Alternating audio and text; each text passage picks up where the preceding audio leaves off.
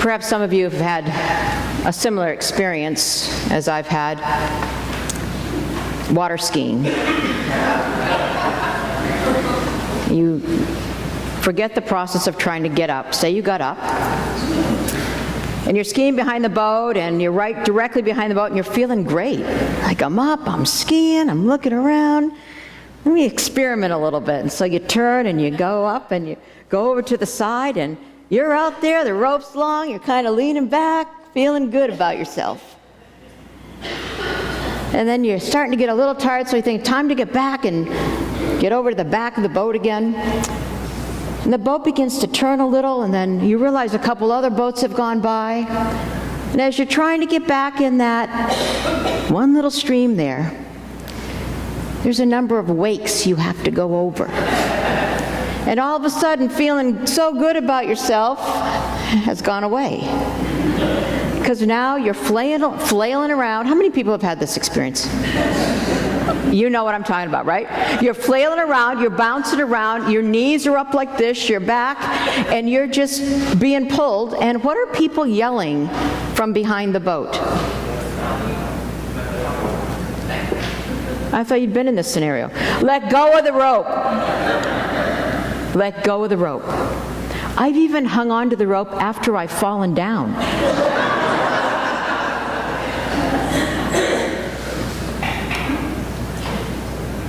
Just a couple months ago, I was up in the Oakland Hills with my dog. It had been raining.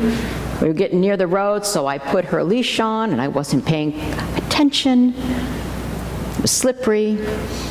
I looked down at my phone, and a chipmunk ran about 5 feet in front of her. Did I let go of the leash? No. Do my ribs still hurt? Yes. Why is it so hard to let go? I mean, it seems much easier in life to somehow try to hang on to things rather than walking through life just open-handed. The story that Bill read for us today, I think, is an incredible story about letting go. A story about many different things, but so let's just think for a moment about letting go, because after all, letting go is probably one of the things as faithful people that we need to do the most. Letting go does not come naturally for most of us. This great prophet Elijah is about ready to be taken up in a whirlwind, whatever that means. It's a great story, isn't it? And his number two, his friend, his co-prophet, Elisha,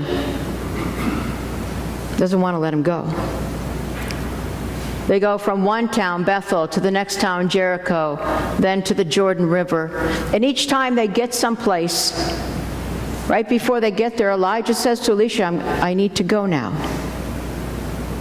And Elisha says, as long as I live, I'm not leaving you. I am not. They get to the town, the seminarians come out, and they say to Elisha, don't you know your master's going to be taken away today? And what does he say? Speak to the hand. Don't speak. Be silent. They come to the next town. Elijah says it again, I need to leave today. Elisha, as long as I live, I will not leave you. Same thing happens. The people come out and say to Elisha, don't you know that Elijah's going to be taken away today? He says the same thing, keep silent. I mean, I just kind of picture him just walking around like, la, la, la, la, la, la. He doesn't want to hear it. And it happens one more time. Denial. He doesn't want to let go. Like us. It's hard to let go. Choose a topic. People, success, things, situations. But I think what this also says is that letting go happens in stages. It's what happens when we lose someone that we love. The letting go happens over time. You don't let go all at once. I mean, think about it. When people are dying, and we know they're dying, we want to just have one more Thanksgiving, right? Let's try to make it through. Let's have one more Christmas together. And this will be this person's last, right? Haven't we all experienced this? We let go in stages because it is never, ever easy to let go of someone you love. We so want things to be permanent, and they never are. What is that about us? We long for things to be permanent, and yet most of us in the room have lived long enough to know that nothing is permanent. And grief has its own journey.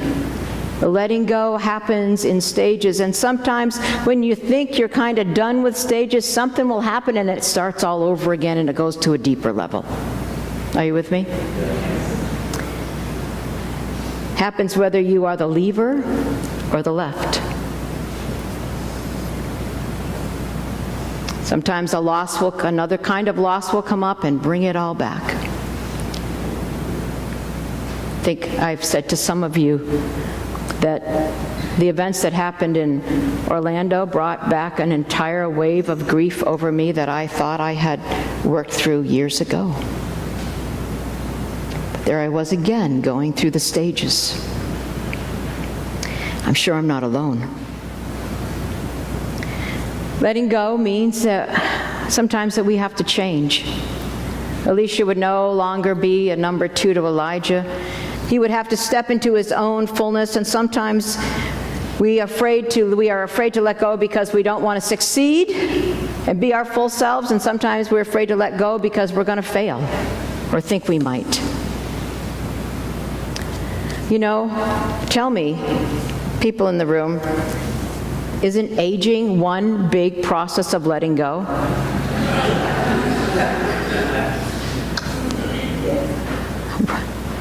You let go of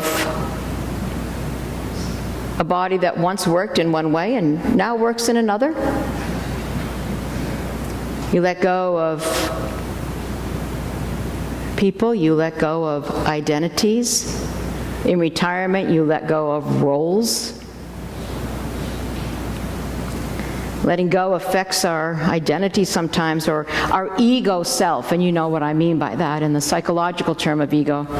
And I read this week an acronym for the face of ego that we all have, the face of ego. The acronym is fear, attachment, control, and entitlement. I'll say it again, as I've been thinking about it all week.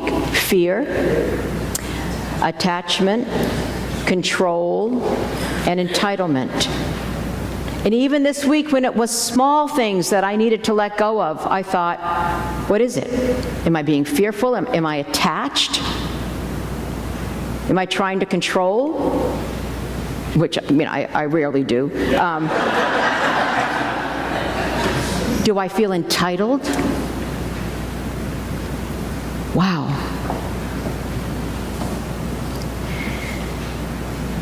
But you know what? Letting go makes and creates space for something new to happen. For Elisha, it was a double portion of spirit. And he would go on in history to do amazing things. Miracles even greater than his predecessor and friend and teacher, Elijah. Letting go opens space, but we usually only see that in hindsight.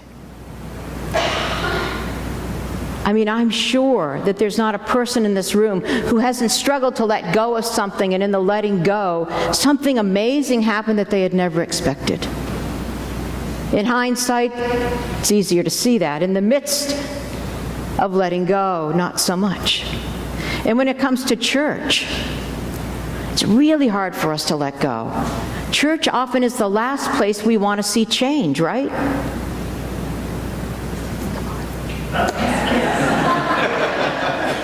I've been here 9 years, okay, so none of us, it's something deep in us. It's like unchanging God, unchanging church. Church, we want stable, we want the same, and it doesn't work that way, no matter how much we want it to.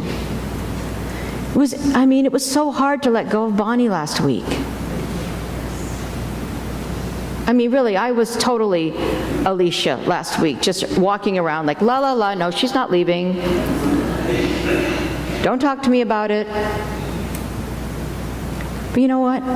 She's going to go on to do great things. And did you hear what she said? She got a double portion of spirit here.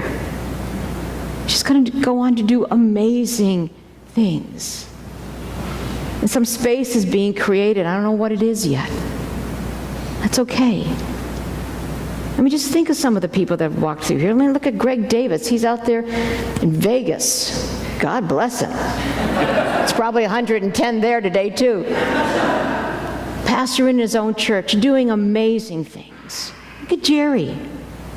Totally hard to say goodbye to Jerry. Look where she is. Look what she's doing. Right? We have to let go so movement can take place. There's some things we need to let go of in our nation so something new can take place. Elijah and Elisha went to Bethel, place of prayer. That's where Jacob had his dream. To Jericho, that's where Joshua fought the battle. And to the Jordan, which always is a turning point, a crossroads, a metaphor of something new. As I was reading and rereading this scripture all week, all I could think of was, a year ago, we had Charleston. 1 year ago.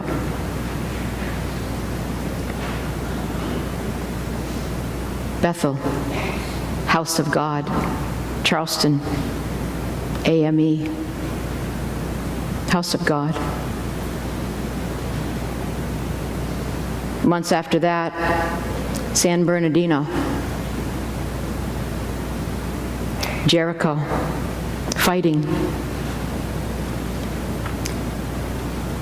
And now this week, Orlando. Let's have it be our Jordan. A crossroads, a crossing, a way to do something different in this country. Because I have witnessed an outpouring of spirit across this nation that has been remarkable. And for just a moment, I want to speak from what I saw this week. If you were at the vigil, you heard me say this. But 49, mostly Latino and Latina LGBT people were massacred. I cannot tell you how many vigils I have done in the last 30 years for gay people that have died. How many memorials? I probably have buried as many young gay men as there are people in this room. No kidding. But here's what's different. Here's what's different this time. Here's the Jordan moment. Something is happening because on Wednesday night, in 24 hours notice, 200 people came out in Kloss Hall. And let me tell you something, 80% of those people were straight. because I asked. At the end, I said, just let me know, how many people are heterosexuals in this room? We're always talking about the homosexuals. I wasn't not the right.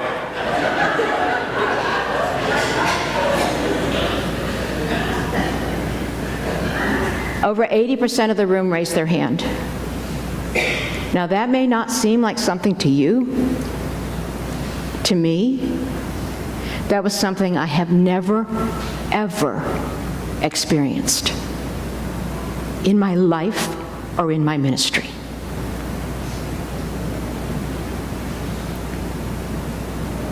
Ten years ago, that would not have happened.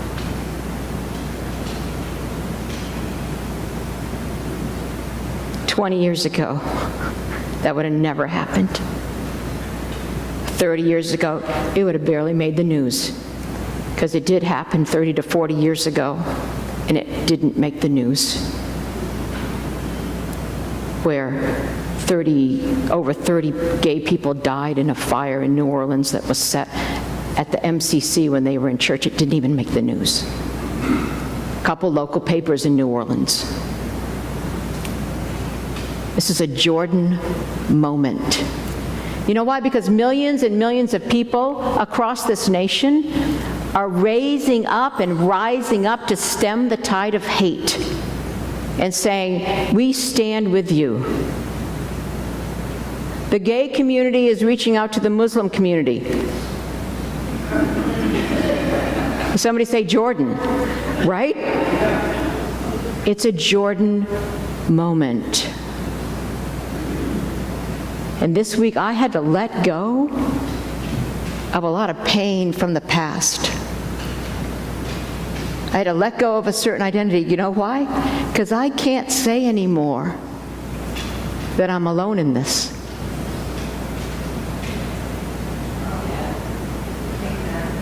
Because 80% straight people in a room for Latino, Latina, gay people is a new moment. And now that's my identity. That's my Jordan. And I'm crossing over to the other side, and I'm going to depend on it. And we'll stem the tide in all different kinds of ways. Letting go. Crossing over.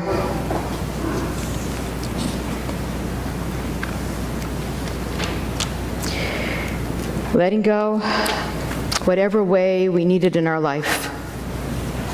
I look up and I see around the room a number of you who have experienced loss just in the last year. Letting go. We don't have to do it alone. Grief comes in many ways, in many stages, but we are not alone. Because letting go is essentially human.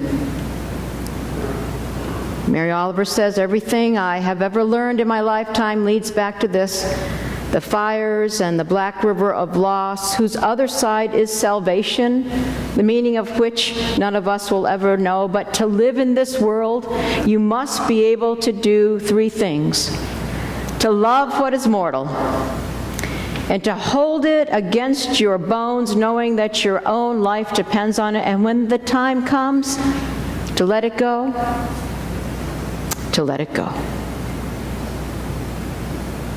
Amen, and blessed be.